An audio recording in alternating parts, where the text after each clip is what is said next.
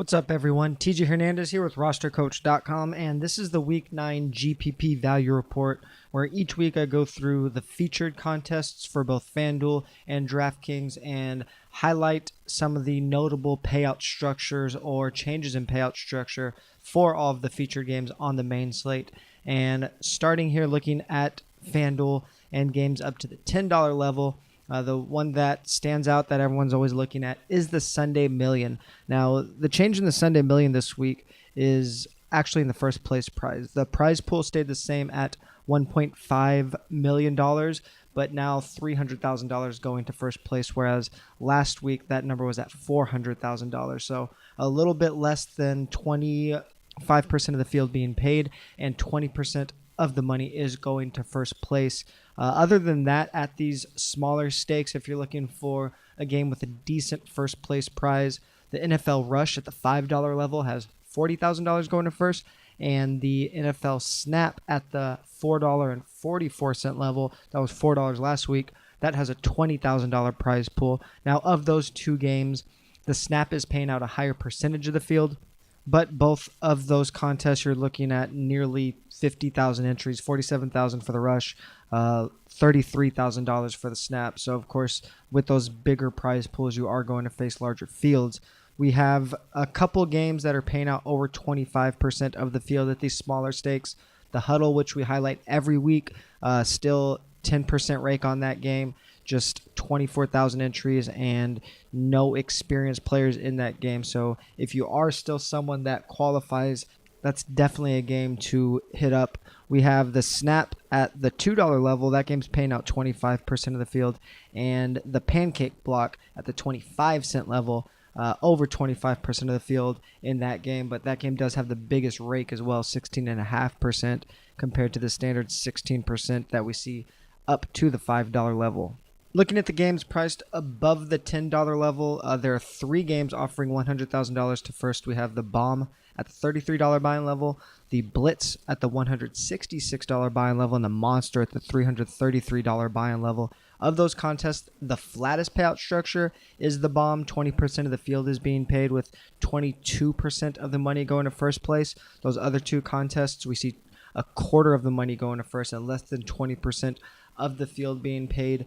But if you are playing above that $50 level, you are going to get that rake drop in as you move up higher in stakes. That's going to be more noticeable. So if you're playing the Monster, just 10% rake compared to the 15% you'll notice at the Bomb. There are just three featured contests priced above $12 where at least 20% of the field is being paid out. We have the Onside Kick at the $15 level, the Sweep at the $30 level, and the Spin Move at the $35 level. The biggest first place prize you're going to see is the Sweep, $15,000 going to first place in that game. That accounts for 11.5% of the prize pool, which relative to these higher stakes and just to the entire pool of games available overall, that's a pretty decent number if you're looking for a flat payout structure. Single entry with just over 5,000 entries in this contest. So one of those contests where you can be on the even field as everybody,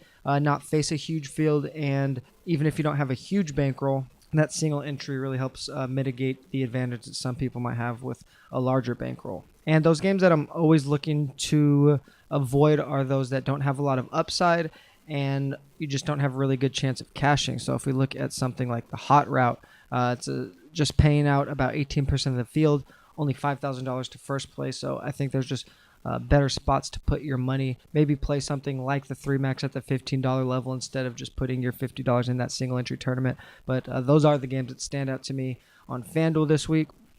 Moving on over to DraftKings, looking at games on the featured main slate priced below $10. Just one contest with the first place prize over $5,000. That's the $1.25 million play action.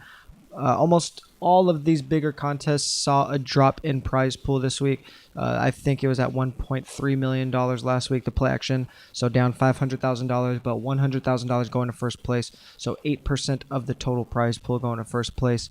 Really big field in that one, almost 500,000 entries.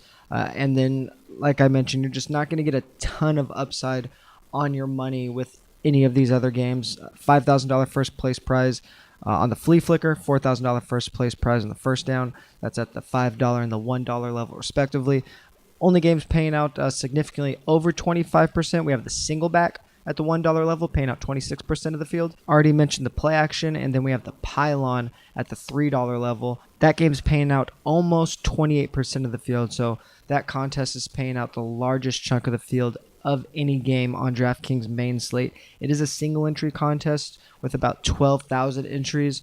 $1,500 going to first place, but for $3, if you aren't someone that has the bankroll to max enter some of these big contests, that's at least a flat payout structure. And moving up to the higher price games, as we've seen the past few weeks, the millionaire keeps shrinking in prize pool, but that first place prize remains the same. So now we have a third of the entire prize pool going to first place. So that's definitely not a game that you should be playing if you're looking to get a steady return on your bankroll, really just kind of playing a lottery there. And of course, if you aren't someone that has the bankroll to max enter that contest, you're just at a pretty big disadvantage, just basically throwing darts, buying lottery tickets like I mentioned. The Hail Mary at the $12 level is paying out 25% of the field, but just $1,500 up top in that one. The Chop Block paying out 26% of the field, just $1,000 up top in that one. But those are the flattest payout structures that we're going to find at these higher stakes. Again, if you are looking for a somewhat decent payday and you aren't playing the millionaire, you're going to have to really move up in stakes. The Power Sweep at the $150 level has a $100,000 first place prize.